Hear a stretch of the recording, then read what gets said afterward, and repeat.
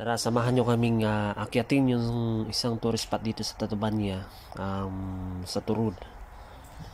So tara, go!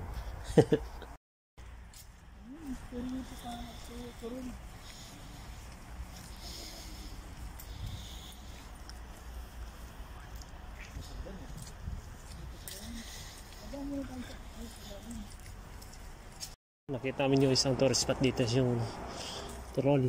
Pero ang bahay walang tao. Pare, saan na tayo?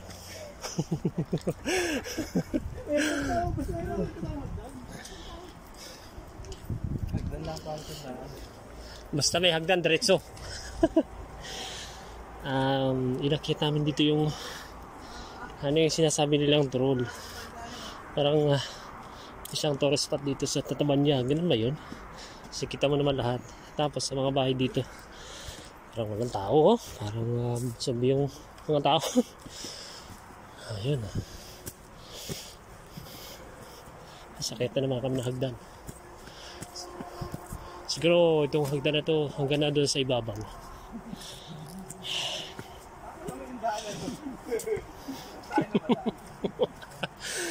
Malamig dito ngayon sa amin, pero pinagpapawisan ako.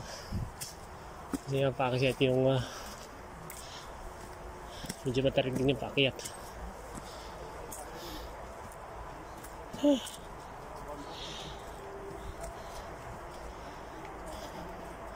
Pero sa tunay,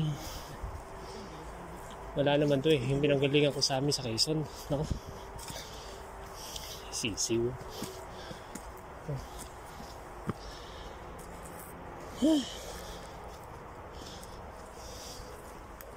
Hello. Bigating din dito sa Turol.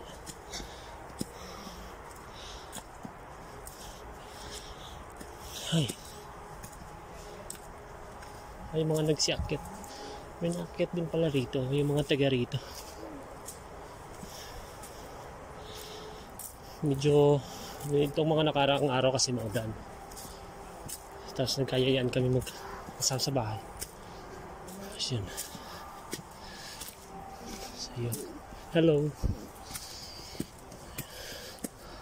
Ayun mga lokal. Tapos ito. wala ka tapos sa hagdan ah.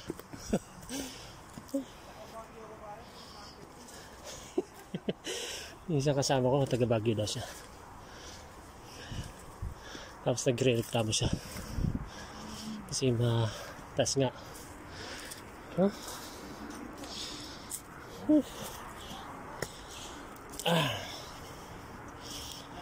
Ngayon lang ulit ako nakapag-video kasi nga lagi lang ako sa bahay pagka day off.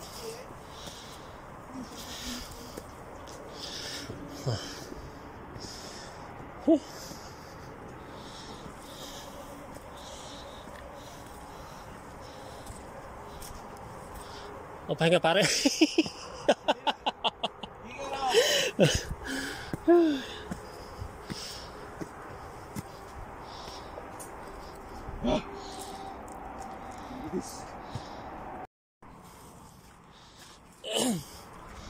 Dito na ba yun? Ha? Yung kuweba? Eh, yan na yung kuweba pare. Ay, ito na yung kuweba. Papasokin doon namin. Ay. Okay, nandito. Ay.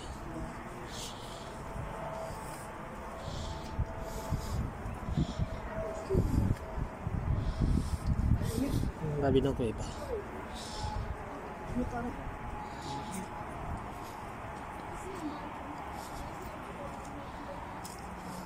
Eh, mataas rin pala to.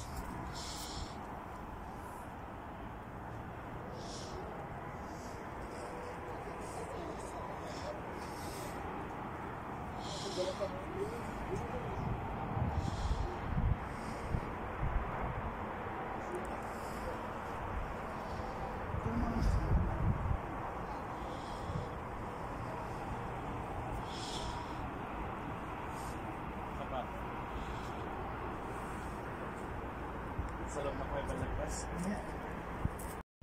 Sa part na to, ito na yung loob ng kuweba, kaya lang hindi ko na i-video yung pinakang loob. May video pala ako, kaya lang ang problema, na-delete ko kagad. So, kaya hindi ko siya naisama dito sa video. Nanghihinayang nga ako kasi na-delete ko. Ngayong ini-edit ko na lang, saka ko lang naalala. Maganda rin dun sa loob. Kita mo yung may butas kasi dito sa may taas.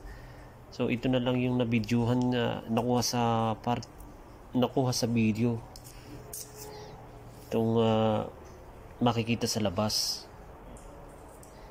Pagka nandun sa may vertice mode, ito yung nakikita na parang butas. So ito lang yung video ko na medyo maayos. Pasensya na kayo kasi hindi naman talaga ako magaling kumuha ng video. So memory lang ba ng mga alaala pagka uwi ng Pinas, wala na to. Hanggang dito na lang. Salamat sa panonood. Mabuhay. Thank you. Bye.